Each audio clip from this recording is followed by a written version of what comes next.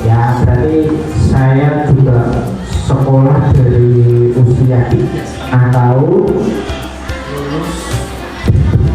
lulus pada usia 23 tahun. Ya jadi memang lama sekali. Oke, ya jadi untuk karena saya di bidang kesehatan mau berbagi ilmu sedikit tentang pertolongan pertama di sekolahan. Ini kasus-kasus yang sering terjadi di sekolahan karena ada penanganannya yang sama. Jadi tolong ya jangan ditinggal kalau ada misalnya ada yang pingsan, ada yang apa, jangan ditinggal harus ya. Oke. Ya, jadi ya untuk pertolongan pertama ini sebenarnya melakukan pertolongan pada korban bisa kecelakaan, bisa sakit itu dengan cara cepat dan juga tepat, dan akhirnya nanti harus ke puskesmas atau fasilitas kesehatan ya. Berani menolong tapi harus benar, harus tata caranya harus tepat ya, urutannya juga harus tepat. Oke, lanjut saja ya. Jadi ini pedoman yang harus dipegang ya untuk penolong itu disingkat. Lanjut Mas. Nah ada P takut ya, P lanjut sampai akhir ya. Ini hari saya menolong ya, kadang lalu lintas gitu ya, biasanya ini idealnya ada 2 sampai 3 orang. Jadi yang satu itu kalau memang tidak ada orang lain harus mengatur lalu lintasnya, harus di stop sebagai penanda. Ada mungkin ya kalau jalan-jalan kadang kita di jalan itu membawa penanda kalau ada sesuatu pembawa lalu lintas ya. Jadi kalau nanti ada temennya jangan ditinggalkan ya. Kalau bisa yang satu sebagai idealnya 3 orang, yang satu sebagai penolong, yang satu sebagai mengamankan di sekitar, yang satu untuk meminta tolong ya. Kemudian A-nya amankan korbannya. Jadi PA itu awalnya harus diamankan di sekitarnya ya. Terus untuk T-nya tandai. Nah kalau misalnya tidak bawa penanda itu 1 orang bisa sebagai penanda. Makanya kalau 1 orang kalau di jalan ada kecelakaan susah, jadi harus minta tolong segera. Terus yang satu diposisikan sebagai penanda ya, bahaya kalau ada mobil atau lalu lintas. Kemudian U-nya ya, satunya tadi ada 3 ya, yang satunya meminta tolong, bisa ke masyarakat, kalau lebih bagus lagi ke fasilitas kesehatan terdekat ya. Oke, kemudian untuk T-nya itu tindakannya harus tepat, harus ada urutannya, nanti ada di sini ya. Oke, lanjut ya. Jadi untuk peralatan ini menyesuaikan saja, tidak harus ada. Jadi dengan tangan kosong pun sebenarnya kita bisa ya, tergantung kondisi kejadiannya seperti apa ya. Kalau idealnya ini ada obat dan bahannya nanti sudah disini. Nah oke, jadi paling banyak ini lagi berhubungan ya. Untuk membersihkan tangan ya, cuci tangan, sudah tahu cara cuci tangan yang benar. Ada berapa langkah? 6 langkah ya. Apa aja bisa dipraktekkan di sini ya, mulai dari ya telapak tangan, terus ya telapak tangan, terus punggung jari ya, telapak ya, terus sela-sela jari ya, terus bagian jempol, terus kuku ya.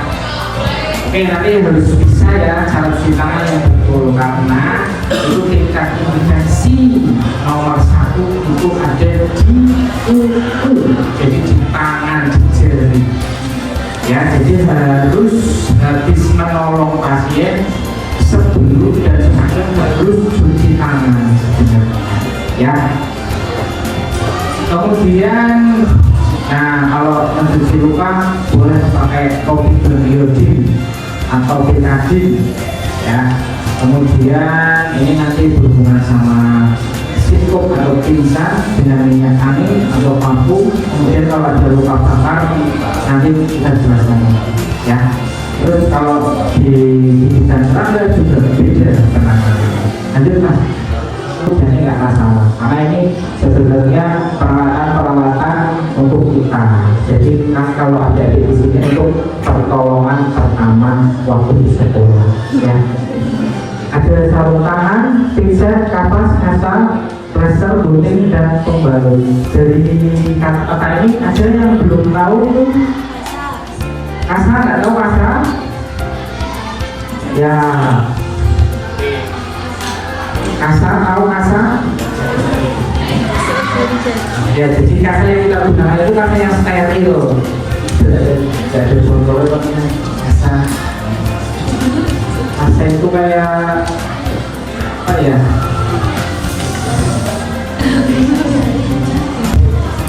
Yang warna putih biasanya coba dicoba mas, kasa mas, bicara mas keluar dulu coba bersih kasa.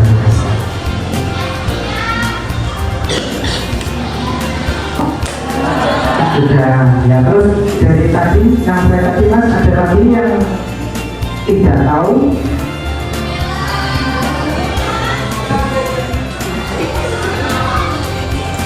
Ya, pembalut itu ya berbeda. Jadi kalau pembalut itu buat pembalut luka itu mirip sama kasa ya, cuma dia itu panjang dan biasanya lebar gitu ya.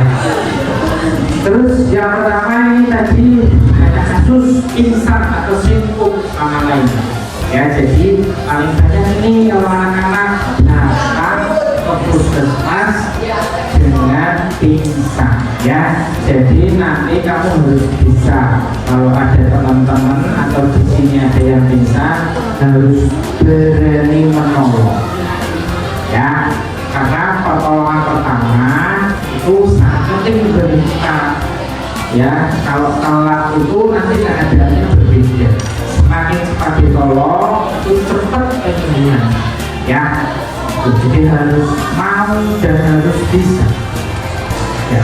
Jadi bilangnya kesadaran sementara itu biasanya karena kurang oksigen ya.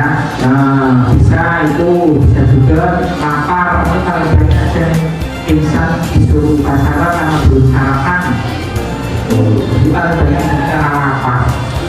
Terus terlalu kecapean, kaget, dehidrasi itu kekurangan cairan ya. Ini ada tanda bahaya pada anak itu dehidrasi, karena hampir 70% tubuh kita isinya cairan ya. Jadi kalau ada demam, ada lulu itu utamanya kita merehidrasi atau terapi cairan ya. Terus ada anemia, kekurangan darah, sama dan lain-lain. Oh, untuk tanda-tanda pingsan sudah ada yang di sini pernah pingsan? Sudah ada yang pernah pingsan di sini? Sudah ada rasanya, Mbak? Ya,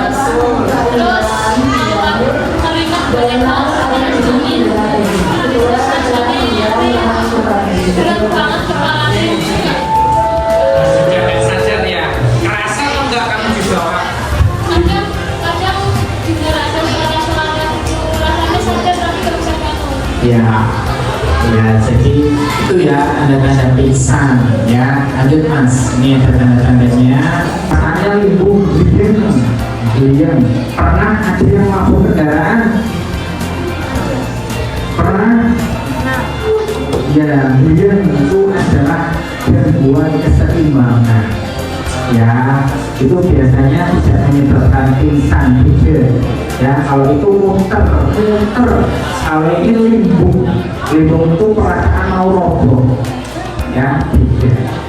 Terus ini yang disebutkan tadi betul-betul ya, pandangannya berkurang-kurang, terus pusing, keluar keringat, lemas, kita tidak sadarkan dulu.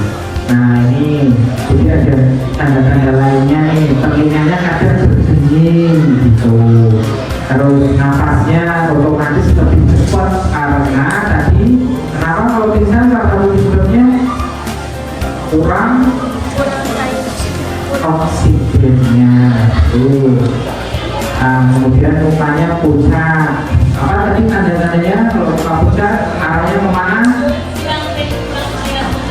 Badannya kurang sehat, kurang cairan, dan satu lagi anemia ya. Terus biji mata melebar ya, jadi namanya pupil itu yang hitam ya, itu ada kontraksi, ada dilatasi. Jadi ketika di center dia itu akan mengecil atau melebar kalau di center, mengecil atau melebar, mengecil, namanya apa? Kontraksi ya. Jadi kalau melebar namanya tadi dilatasi pupil. Kayak pingsan sebaiknya kita itu menidurkan atau menelentangkan korban tersebut di atas kasur, lalu karena kan contoh orang pingsan itu kekurangan oksigen. Nah itu bisa kita bantu dengan memberi saluran angin, misalnya dikipas, lalu bisa untuk menyadarkan kita bisa mencari atau menekan bagian sini karena itu kan bisa menyambung sama refleks otak. Nah lalu setelah itu bisa juga di bagian kaki. Selain itu bisa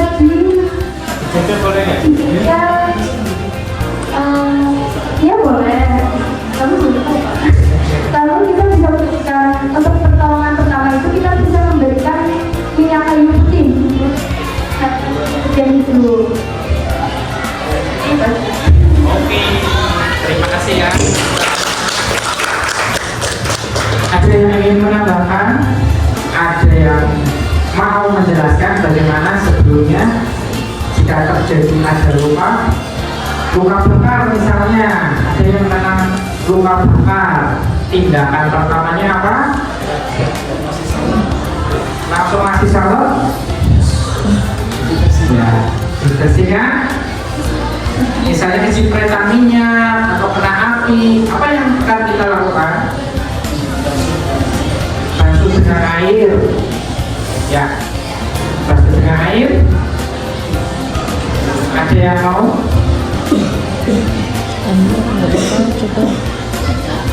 Ayo, nggak apa-apa, sebisanya nggak apa-apa. Ada luka bakar, apa yang harus kita lakukan? 5 menit ya, minimal 30 menit.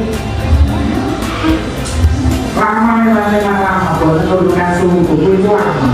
Kadang cuma 5 menit, 10 menit kurang itu ya.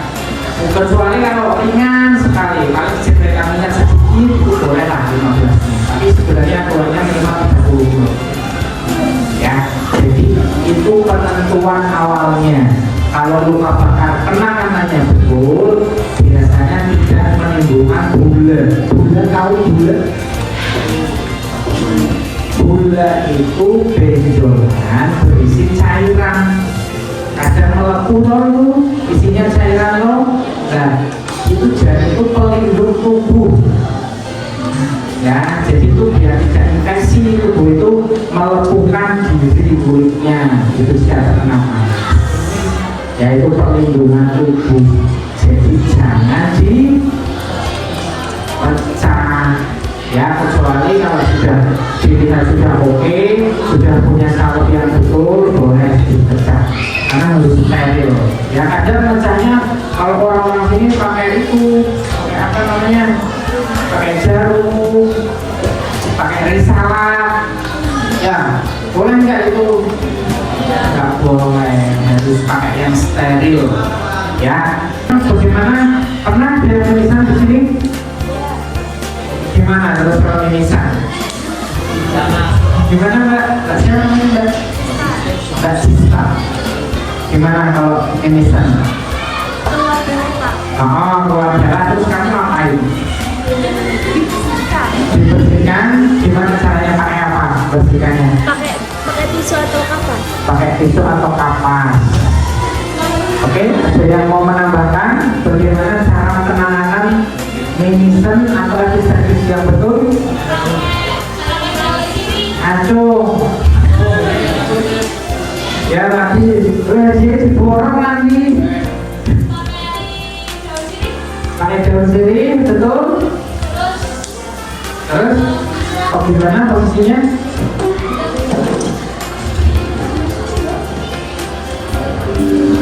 Posisinya gimana? Di tangan? Biasa. Biasa aja. Oke, ada yang lain? Pendapat lain? Ayo, gak apa-apa. Ayo mas, cewek terus mas.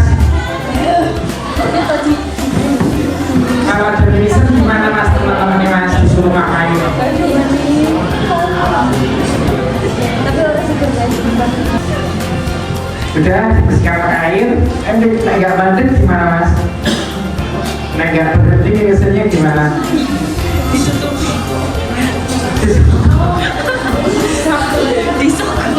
Ya, jadi mimisan atau epistaxis itu adalah pecahnya pembuluh darah di hidung.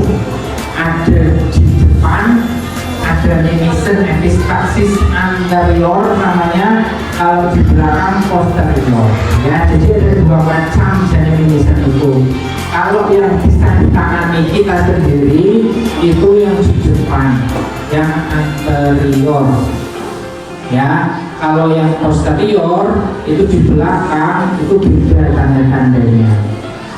Kalau yang keluarnya dari hidung itu berarti yang di depan. Nama pembuluh darahnya isalbah, itu yang pecah.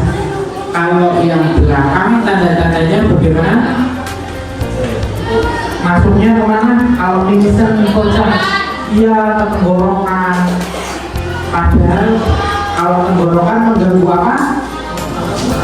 Iya, pernapasan. Sama saja kalau yang di depan tapi kita dengar, berarti masuk darahnya kemana? Ke tenggorokan juga. Jadi penanganannya harus nunduk sambil ditekan pangkal hidungnya. Tidak perlu dikasih sesuatu, nggak apa-apa. Daun suruh gitu itu nggak perlu. Ya, tinggal ditekan saja pangkal hidungnya. Terus kalau nanti sudah sembuh, biar apa tadi kalau pupil menyempit namanya apa?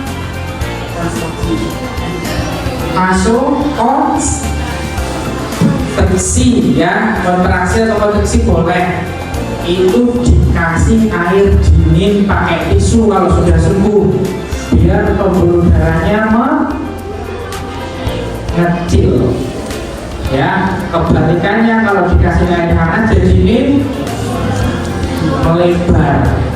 Ya, jadi dikompres pakai air dingin, pakai tisu, ditempelkan di pangkal hidungnya saja. Teman atau kita mimisan atau nama lainnya apa tadi? Epistaxis, ya apa? Bagaimana caranya? caranya itu ya, terus kalau bisa di itu sama air kalau misalnya udah agak sembuhan boleh dikompres sama biar kalau enggak Terus kalau misalnya memang mengalir itu bilang aja, ya nggak harus pakai air, tapi boleh pakai tisu, ya. Tuh, intinya bagaimana caranya biar pembuluh darahnya mandek, harus di apa? Tekan pangkal ibunya sambil menunggu. Oke, terima kasih sudah nonton itu ya. Tepuk tangannya dong. Ya. Mbak Aulia ya, terjadi trauma benda tumpul paling banyak. Ya, itu juga terbentur, terkilir, itu bisa. Ya, kalau ini sebenarnya prinsipnya namanya price. Ya, intinya istirahat, tidak boleh banyak bergerak. Terus misalnya ada rumah di kompresnya pakai air apa? Air hangat atau air dingin? Dingin biar apa? Biar namanya apa tadi? Mengecil, apa namanya pembuluh darahnya mengecil? Vaso ya, vasokonstriksi ya, vasokonstriksi itu kebanyakannya vasodilatasi ya, melebar hampir sama, tapi ada yang pecah. Kalau pecah itu namanya hematom, kalau pembuluh darahnya pecah ya, ada tanda-tanda merah itu pembuluh darahnya pecah, darah. Oke, lanjut aja. Kalau biasanya itu kalau kemar-kemar yang seperti ini itu aman ya, cuman biasanya kalau bahaya-bahaya kalau ada yang retak atau yang patah, biasanya tanda khasnya itu ada bunyi krepitasi ya. Kalau digerak-gerakan itu biasanya bunyi tek-tek gitu, tandanya sudah patah. Ya, kalau habis ada trauma terkilir itu biasanya kan bengkak ya, bengkak itu biasanya menonjol gitu, biasanya tanda-tanda patah ya. Jadi nggak boleh digerakkan, harus diimobilisasi atau tidak boleh banyak bergerak ya. Pokoknya gimana caranya biar dia aman ya. Jika ada sedikit serangga bagaimana? Kemerahan, gatal, bengkak, sesak nafas gitu. Kalau penanganan digigit serangga bagaimana?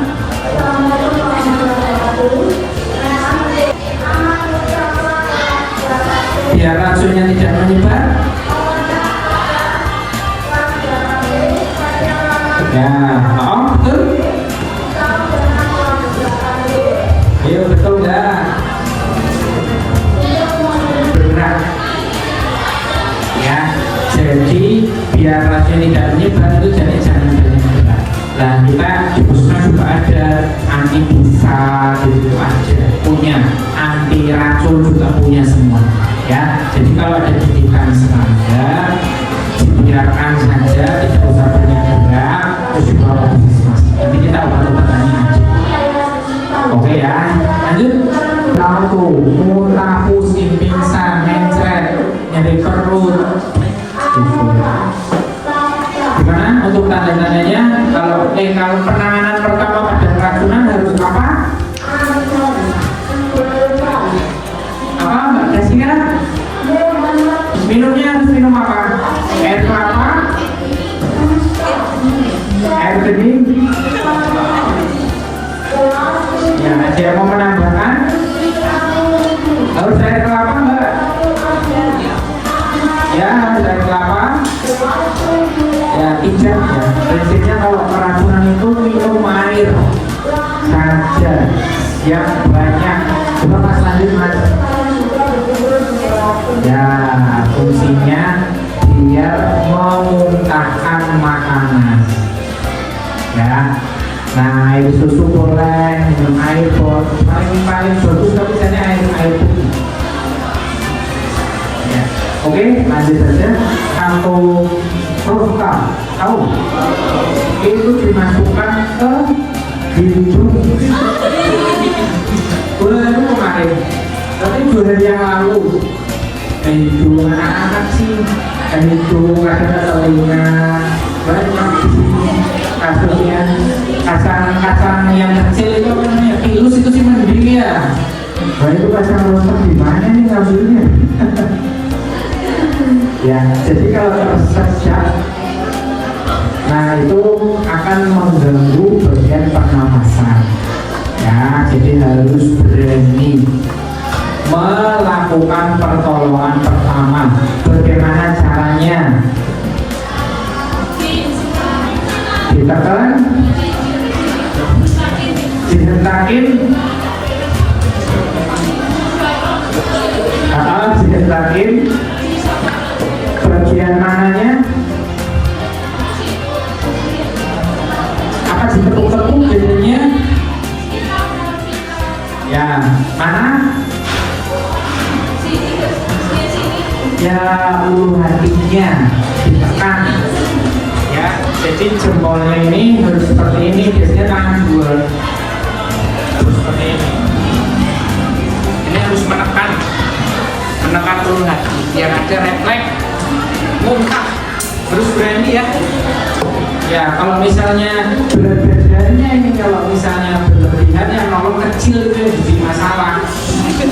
Iya, nggak kuat. Iya, harus tahu ya, cowok-cowok juga harus berani. Kasih ya, sudah selesai. Ini saya tadi Natasha sama Mbak Aulia, satu lagi ya. Ini saya ada tiga.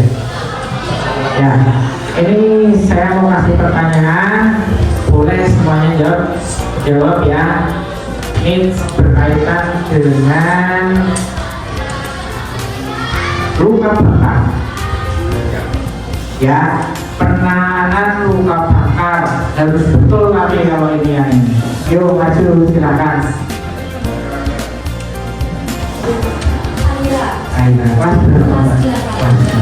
Nomor silakan. Jadi yang pertama itu penolong harus menyelamatkan dirinya terlebih dahulu. Kemudian setelah itu baru mengamankan korbannya. Misalnya masih ada di dekat api, itu harus dijauhkan dari api. Setelah itu kita melakukan pertolongan pertama. Bisa menggunakan air mengalir, dialirkan lukanya biar kotoran-kotorannya itu menghilang. Setelah itu jika kita tidak bisa menolong lagi, bisa diantarkan atau hubungi fasilitas kesehatan terdekat. Fungsinya buat mengalirkan apa tadi? Untuk membersihkan luka dari kotoran-kotoran. Oh, ada yang mau berpendapat lain? Membersihkan luka salah satunya, tapi yang utama untuk menstabilkan suhu. ya, betul sekali. Oke, sudah cukup begitu saja. Jadi simpel-simpel ya yang dikasih, tapi memang ya gampang-gampang susah. Pada berani menolong, jangan PAT-nya itu ditinggalkan, jangan. Ya, karena yang paling utama kayak kasus terjawab daruratan kayak tersedak itu butuh segera 1 sampai 3 menit. Coba